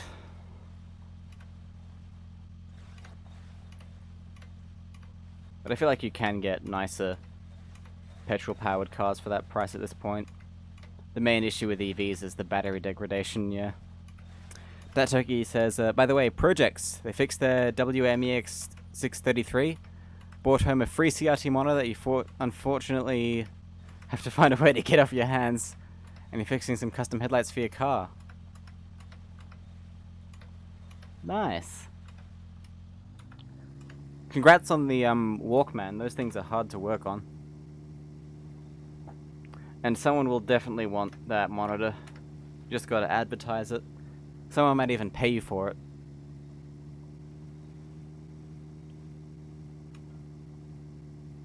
Like, I bought home a CRT TV once. For free. Sold it the same day for $40.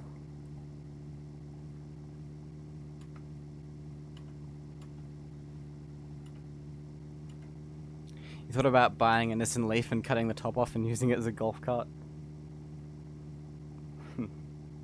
That's kind of funny. Speaking of projects, I fitted a new electric dynamo to my bicycle today. So I can generate electricity while I ride again. About 6 volts. I mean, I say new, it's new to me, but I got it for $10 out of a bucket of them at a salvage shop, so... eh. It works, though.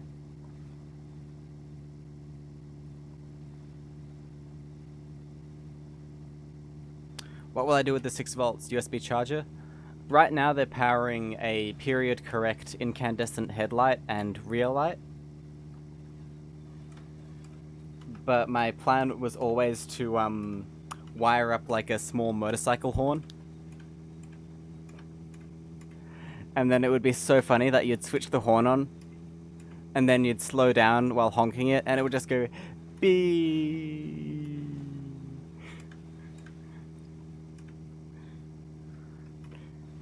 I don't know.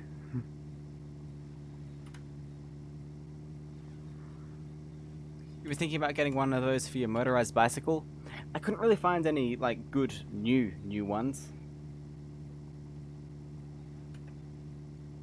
I had one before on my bike that got stolen. So I got another for my replacement bike. But then that one broke, like it snapped off and got caught in the spokes. So the mount is broken, but the dynamo itself still works. I might do something with that. You'd imagine the voltage generated at 70 kilometers an hour is a lot different to 6 volt at 20 here.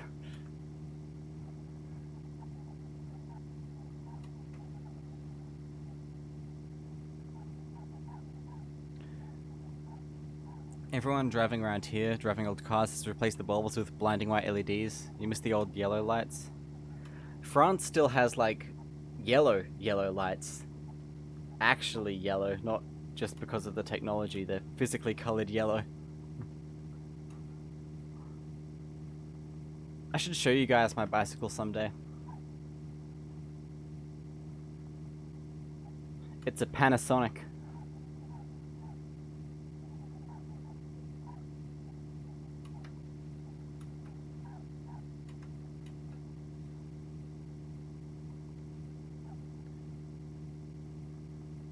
Turkey says, where they live, most people have 10-year-old cars and everyone has the yellows. Yep, it's a Panasonic-made bicycle. The one I had before was also a Panasonic, and it was a really nice blue color, and I really loved it. But it got stolen. So my current one's also a Panasonic, but it's a much more 70s brown, rather than the electric blue of the first one. Dr. Smack says they own the last of the Panasonic. Oh, we're rolling backwards. No, stop. Brakes. Gonna have to zigzag.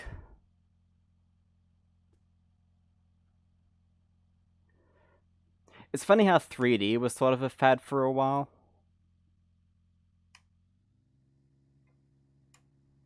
Like how VR was a fad in the 90s. Maybe things will loop back around and 3D will be remade, but actually good, like VR was.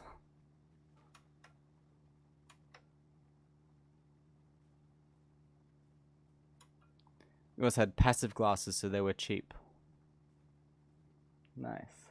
I know the PlayStation 3 like really emphasized 3D, and the Nintendo 3DS and all that. You have this exact alarm clock? Oh, you told me about that, didn't you? My stream from last year now. But you can still get them for like $30.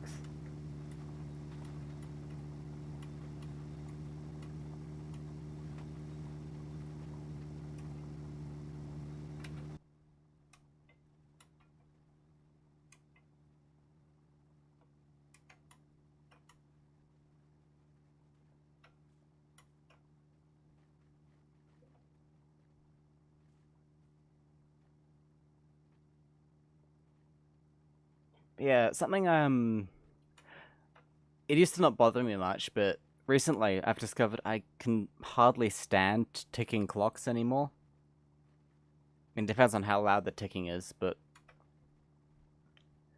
it kind of bothers me when I'm trying to sleep. I'll show you the alarm clock I'm currently using.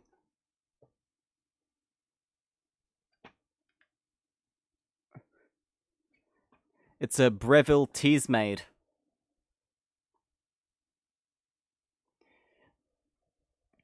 It boils a pot of tea for you 5 minutes before the alarm goes off. And I suppose you could use it to make instant coffee as well, or instant noodles. I boiled an egg in that once, actually. So anything that you can cook with hot water, you can cook in there. Though it's made for tea.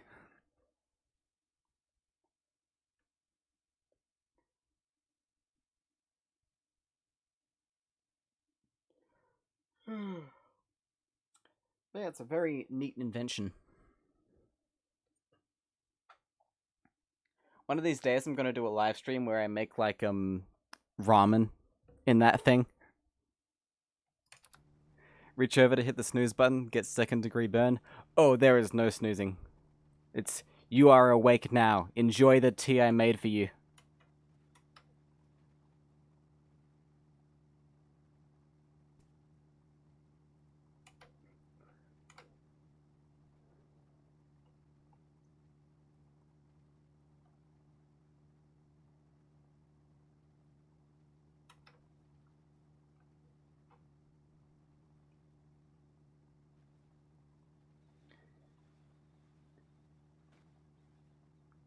Your clock would drive me nuts. Unbelievably loud, but you've gotten used to it. Yeah, I probably could adjust, but yeah. I prefer the early, well, I say early, but it's technology that was used for ages. Electric clocks, where they plug into the wall and they operate by measuring the grid frequency, which is 50 hertz in my country.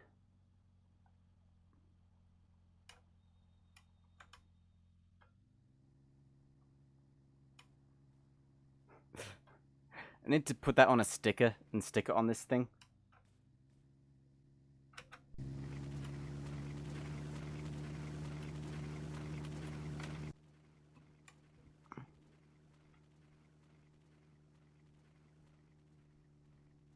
You want to switch between LED, flip, mechanical, Nixie, or even an iPod clock? Someday you will have a Nixie clock. Do you have a vacuum fluorescent display alarm clock?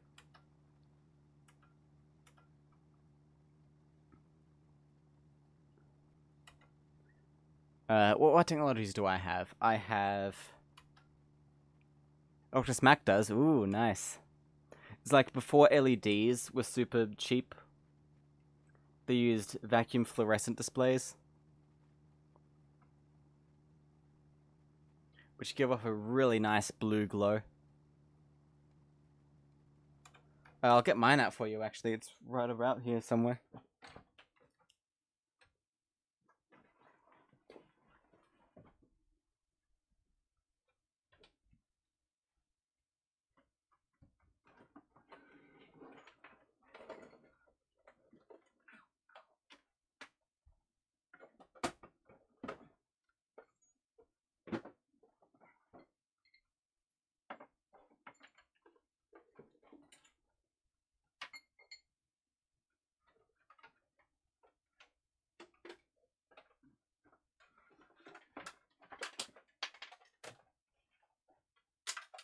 One sec.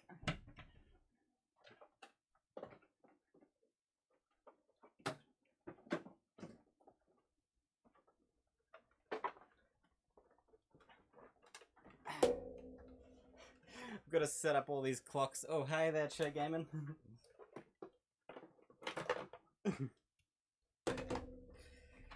Oh. It's bluish green and gets alarmingly hot. Yeah, that sounds like vacuum fluorescent displays.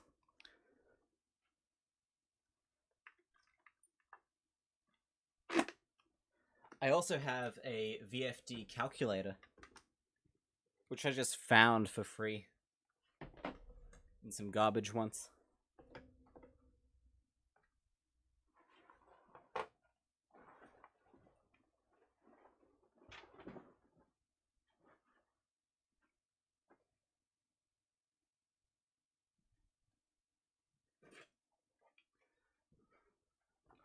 I have a feeling there's no way I'm going to be able to get this camera to play nice. You have a multicolored VFD stereo system? Ooh, that's lovely. I have a bunch of VCRs and audio deck with VFD screens. Yeah, they just look so amazing. So futuristic. Alright, let's go to this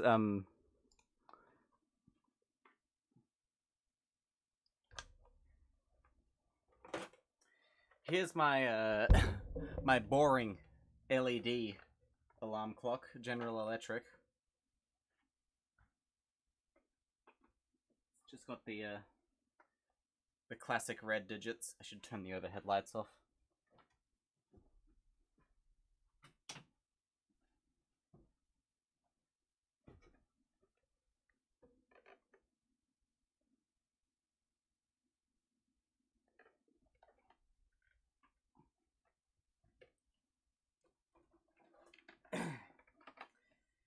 This one, cable's tangled.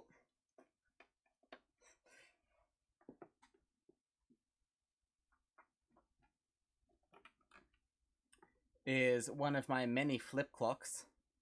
A Kerpel. Focus! Come on, please, focus. There we go. It has a nice orange glow to it. Really like that one. And this last one here.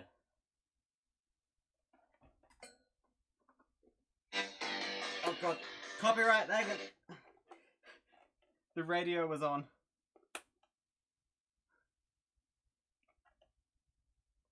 That's extremely similar to that turkey's.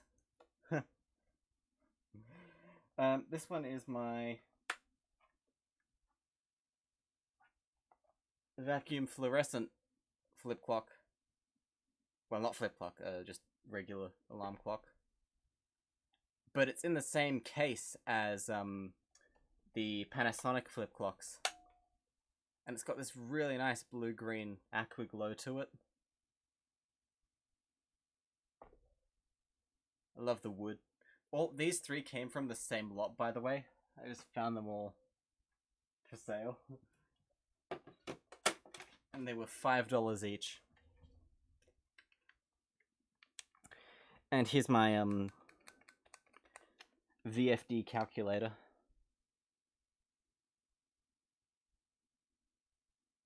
The last digit doesn't light up for some reason, unless you make a calculation that requires it to.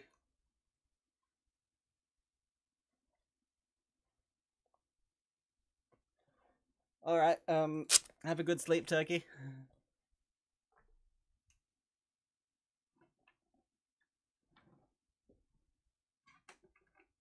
I'll put these clocks away, then I'll be right back.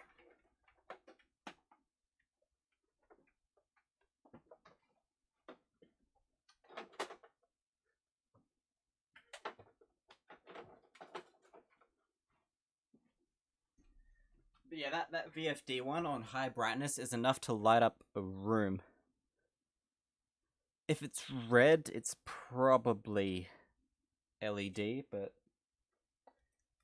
you can look it up. You can look up the model number and it'll tell you.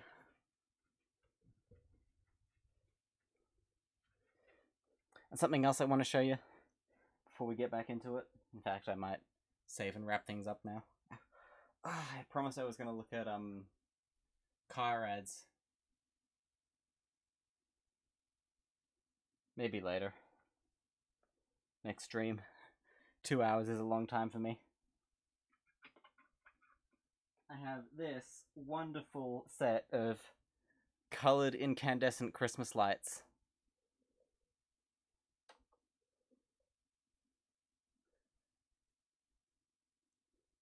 These are impossible to find new in Australia now. Not because they're illegal, but because LEDs are so much cheaper to make.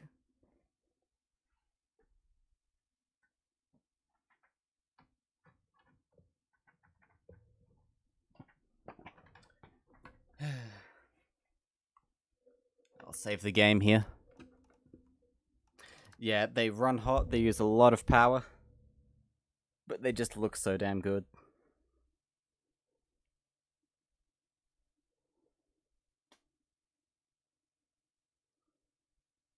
Such a nice glow. Right, anyone got any raid suggestions? Let's head on over to twitch.tv and see what's going on.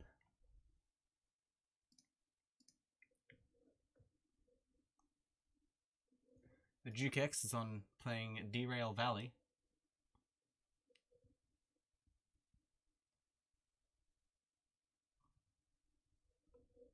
Was he on this stream earlier? I think he was. Yeah, he was. Yeah, that's Red Duke.